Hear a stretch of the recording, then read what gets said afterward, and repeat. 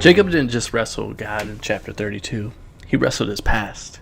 And now in chapter 33, he has to walk toward what he's been running from. Some of you shouted last night. Some of you cried last night. Some of you prayed last night. But now it's morning, and now comes the real test. Jacob is about to face Esau, the man he stole from, lied to, cheated, and betrayed. And I need you to hear this. Salvation is not proven in the prayer. It's proven in the walk.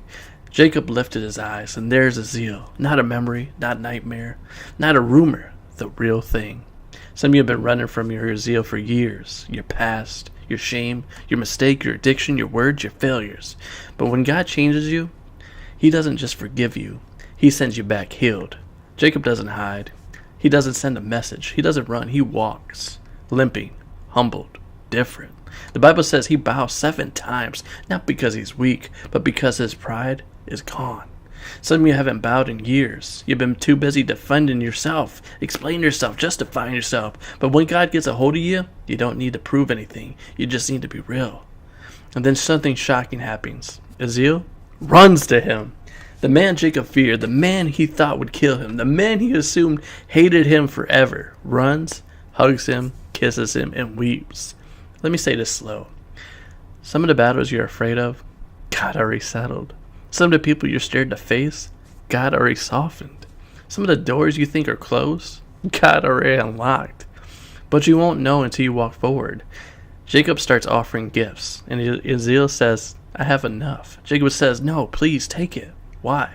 Because when God really changes you, you don't hoard anymore. You give, you bless, you receive, you release. You're not trying to win, you're trying to love. Then Jacob says something wild. Seeing your face is like seeing the face of God. Did you hear that?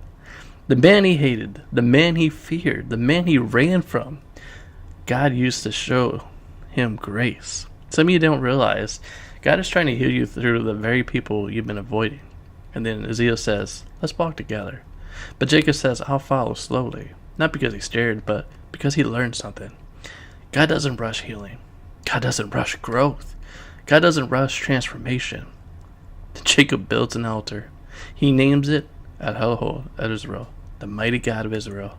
Not the God of his father, not the God of his grandfather. My God. That's the whole point of Genesis 33. Not survival, not reconciliation, not peace. Ownership. Jacob used to be the manipulator.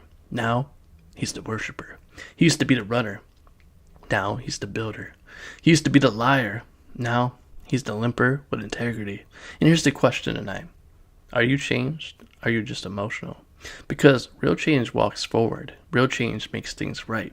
Real change builds altars. Real change doesn't hide. If God touched you, you won't walk the same. If God saved you, you won't live the same. If God healed you, you won't love the same. If you've been running, tonight, you turn around. Tonight, you walk forward. Tonight, you stop surviving and start surrendering. Because God didn't rescue to wound you. He rescued to rewrite you.